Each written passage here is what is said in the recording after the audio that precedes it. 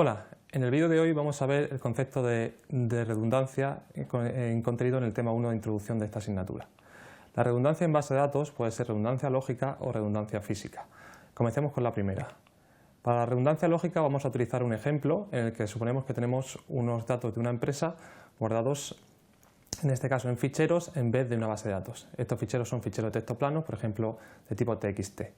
Podemos tener los clientes de la empresa guardados en el fichero clientes.txt, donde estará un listado de la entidad del cliente, nombre y su dirección, y otro fichero que se llamaría ventas.txt, donde estará la identidad de la venta que se ha hecho, qué facturación hay sobre esa venta y a qué cliente se la ha hecho.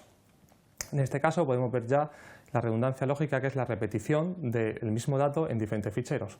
Podemos observar que la identidad del cliente se repite en el fichero de ventas cuando se asigna a un cliente una venta.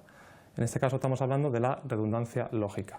El problema que aparece de redundancia lógica en los ficheros ocurre cuando modificamos uno de los datos de, por ejemplo, el fichero cliente. En este caso hemos cambiado la identidad del cliente Isabel y en vez de ser el número 2 ahora es el número 8. Si nosotros manualmente no cambiamos esta misma identidad en el fichero venta.txt, lo que ocurre es que ese número 2 se queda ahí y tenemos un problema de incoherencia. Los datos, no existe integridad en estos datos y se produce el problema asociado a la redundancia lógica. Este problema se queda salvado en base de datos gracias al uso, en este caso, como vemos aquí, cambiamos los datos. Como decía, queda salvado el problema gracias al uso de la restricción de clave ajena.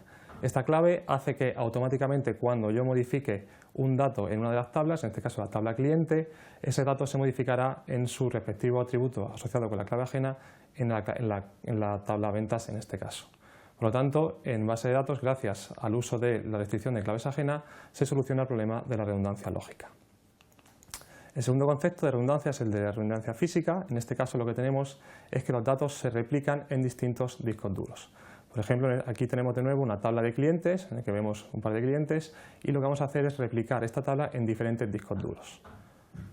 Ahora tenemos la redundancia física, ya que la tabla está repetida igualmente en el disco duro A y en el disco duro B.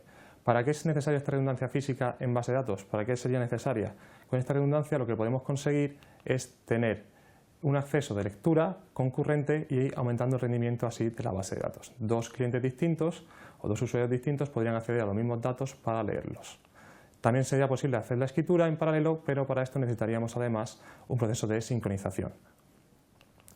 Por tanto, resumiendo el tema de la redundancia o el concepto de redundancia en base de datos, tenemos que no existe redundancia lógica, se elimina gracias a las claves ajenas, y puede existir redundancia física, pero para motivos de rendimiento. En todo caso, esta redundancia física estará controlada por el propio sistema gestor de base de datos y el usuario o el administrador no tendrá que tener ningún control adicional sobre dicha redundancia.